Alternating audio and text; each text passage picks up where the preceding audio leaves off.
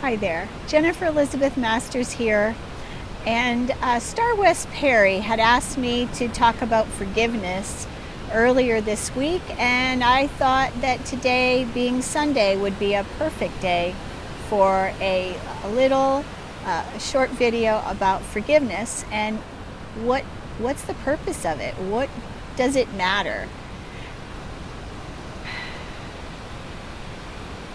Hi there, Lynn. How are you? Nice to see you.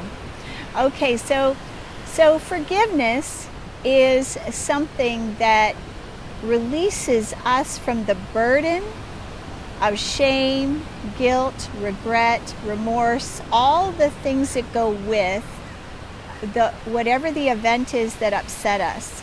So let's just say that you were raped.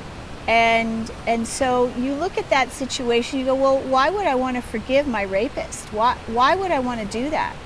So it is not excusing the behavior. It is not excusing the rape. But what it does, the power of forgiveness is that it releases us, the person, the victim, releases the person from the burden of it. And so rather than dragging around suffering, dragging around the shame, the remorse, I wish this didn't happen, it cuts the energy like a knife, and it eliminates a lot of the cords and the hooks that went into us. And so I will tell you a story about someone that I coached through forgiveness. Her husband had had an affair, and she said, he doesn't deserve my forgiveness. He cheated on me. He was a bastard, and I can't forgive him. And why would I want to forgive him anyway? And in a matter of 6 months, I watched her put 80 pounds, eating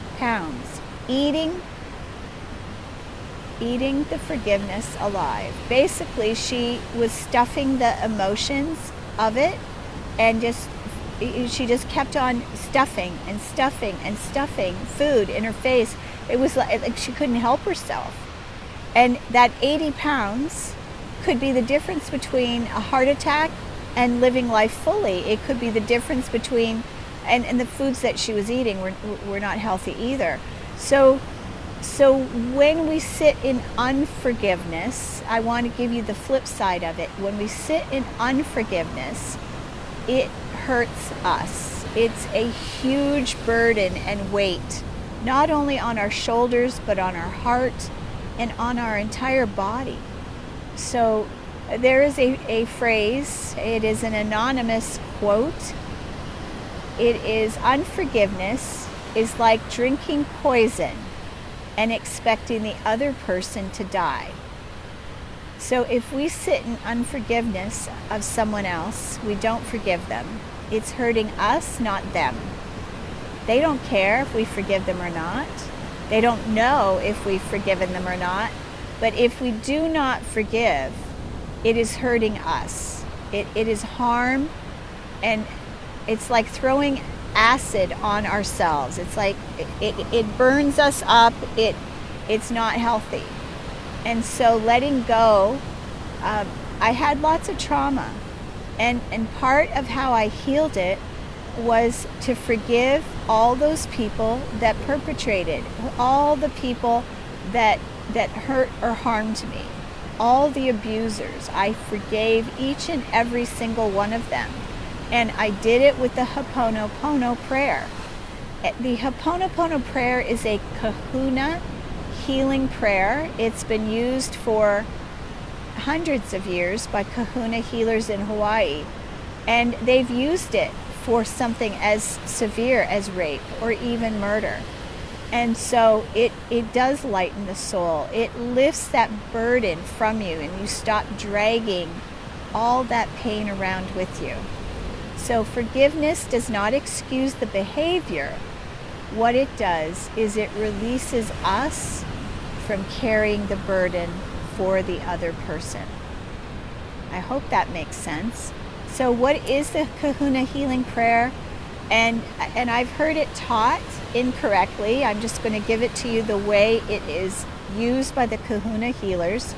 You forgive yourself first. You bow your head.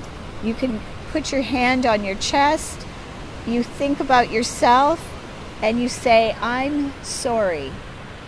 Please forgive me. I love you. Thank you. So bowing your head, taking a deep breath. Breathing in, I'm sorry. Please forgive me. I love you. Thank you. So you're doing it twice for you. And then you think about the other person, the person who hurt or harmed you, even if it's a perception that they hurt or harmed you. So the same thing, bow your head. You can put your hand on your thymus or on your heart. Close your eyes. I'm sorry. Please forgive me. I love you. Thank you. Take a deep breath and repeat the prayer again. So we do the prayer until you can do it over and over and over. I gave this forgiveness prayer to my daughter. She was going through a really tough time with her dad, and she sat for 40 minutes and she just repeated it slowly, repeated it slowly, repeated it slowly. And eventually she tapped into the emotion of it. She cried, she had a release, and she really resolved and forgave her father.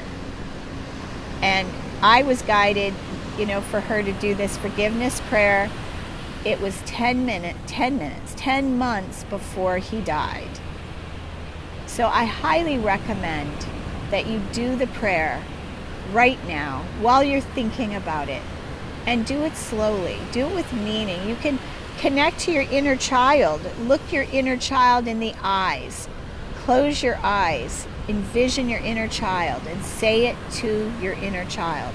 Forgive your child, your inner child, for all that has happened to you your entire life.